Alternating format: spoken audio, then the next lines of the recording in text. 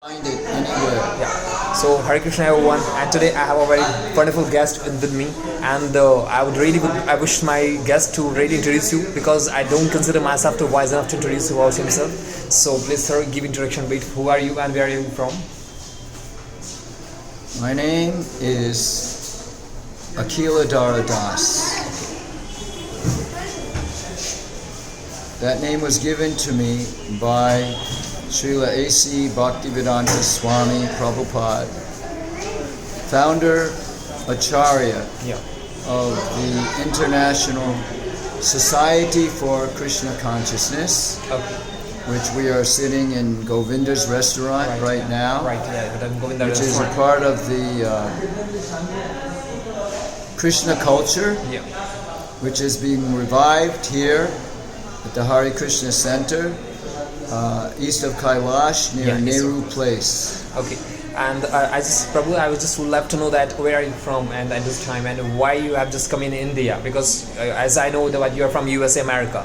So basically, what attracted you to the Indian culture and what is the special in Indian culture than other culture? Why didn't you go for Christianity, the Buddhism? There are so many great religions are available there. Because I found bona fide religion representing the original principles. Oh, that's nice. That they all represent. Yeah, that's true. That's true. Yes. Then I would have become attracted.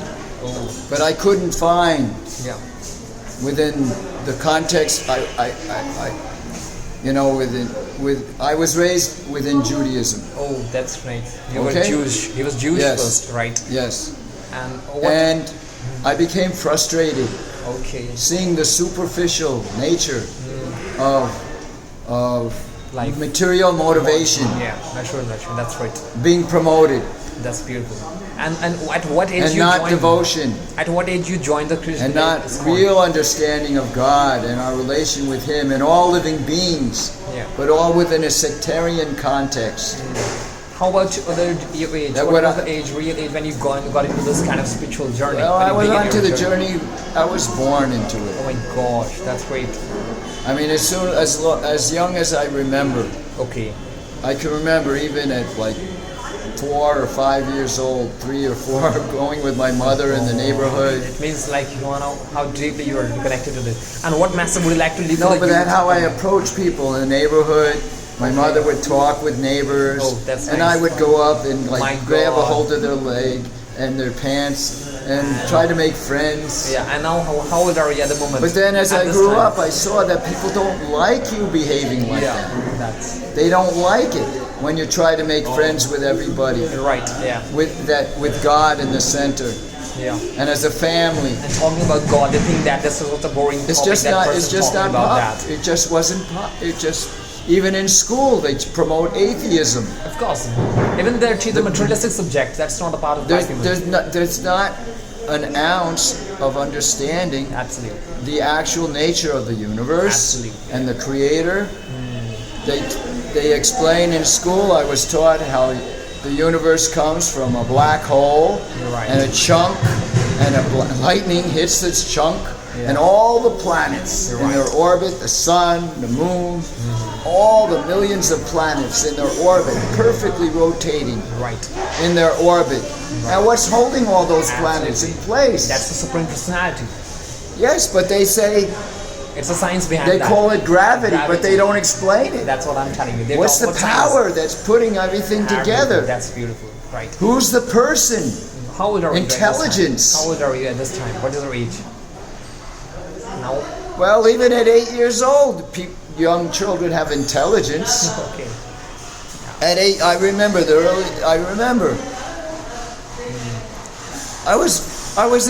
I had natural faith in God. Absolutely. But why? And as I grew up, how would you distinguish? Like in school, they were explaining how the sun is 93 million miles away from the Earth, and how the Earth is rotating and moving. I don't know, 13,000 miles an hour. We're rotating like this, and we're moving like this, 30,000 miles an hour. How are we not falling off? Whose command? Who's managing this kind of It's so amazing. Yes, they're saying this is happening by living a very balanced life. We are living by chance. How you can have by chance? It's only going to happen one explosion, one time, and you can never get a building by explosion. You can never get anything created by exploding. Right. It'll just destroy it. Okay, and your final advice would And like so to leave it didn't make any sense what they're teaching me. And the conclusion is, we're just, these bodies, we come because of sex. Yeah. And then the life comes from the flesh, from the matter. Yeah. This is also materialistic. And But what's the difference between a living body and a dead body? Right. The same body is there. The living being, the conscious being. Right. And since now by now, Consciousness doesn't come from a piece of wood or a rock. sorry to interrupt. It's a completely different energy. Right. Matter and spirit. Spirit, the symptom of spirit is consciousness, thinking, feeling, Right. desire. How about This is all and intelligence. You can't create a person okay? Well, some of the ways. from material elements, What about which is what they teach. what they teach in school? What is the final advice you would like to leave for the youth of this world at The this original person, it comes from the Supreme Person, the Supreme Father. time? Yes. When you trace God had. your father, your grandfather, your great-grandfather, and you keep going back, and all of our father, you'll find God. Right. What is your favorite Bhagavad Gita shloka? I want to know that. There's I no really living want being to that know. ever took birth without a father. Right. Every human being even. And what is the final? What is your favorite shloka of the Gita that you would like to propose over here and just leave the message for my youngsters, everybody? You're asking me about my favorite Bhagavad Gita shloka? Yeah, that's what I want to know. Well, there's several. I I just want to just tell the one. I do about so 30 every morning just to get my Oh consciousness God, that's great. in line. The one for the listeners, everybody's sitting out there and want to listen to you. And one shloka that you can propose and easily explain to people out there. Because people would love to listen from you. Because being American, being the man from USA. I'm not American. I'm the soul. Yeah. And I'm Krishna's child. Oh, beautiful. And we're all Krishna's children. But I just want to Whether know you call him Allah or Jehovah, from Jesus and all. even Jesus was teaching the same thing. He never said he was the Father. He was said, Son. I and the Son Father also. are one. Yeah. And what does that one mean? Means he's giving the message without change. But the Son never becomes the Father. Yeah. So on shloka, please come to shloka. He's the agent of the Father. Just like Prabhupada never said, I am God. Right. But I am the source. I'm the surrendered servant of God, giving the message. Beautiful. And that Jesus said the same thing. Muhammad said the same thing. Absolutely. But they were giving different details, different levels, according to the capacity of the people of that time. Right, beautiful. And favorite shloka now. I want to come. But it was all about how God is great. That's a beautiful. Yes. Allah Akbar. God is great. Yes. And glorifying the creation. Very beautiful. I'm editor of a book called Islam and the Veda. The Quran and Vedic literature reconciled. You can Google it. I will see. It's out of print, but you can still get it online.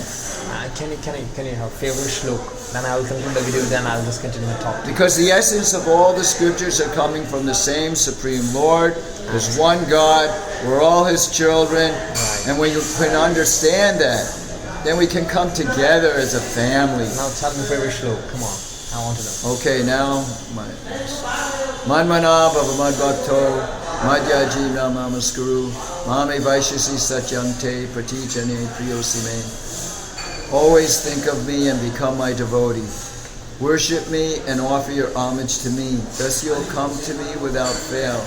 I promise you this because you're my very dear friend. And then and how to become Krishna's devotee practically? Vitaraga Vyakodha Mamayamamu Prashitaha Bhavogya Natapasa Putamad Bhagam Agataha. Being freed from attachment, fear, and anger. And lust. Being fully absorbed in me and taking full shelter of me. In my lotus feet. Many persons in the past became purified by knowledge of me, Hare Krishna. and thus they attained transcendental love for me. So much. This, by hearing the Shastras from a bona fide devotee of the Lord who's giving the message without change,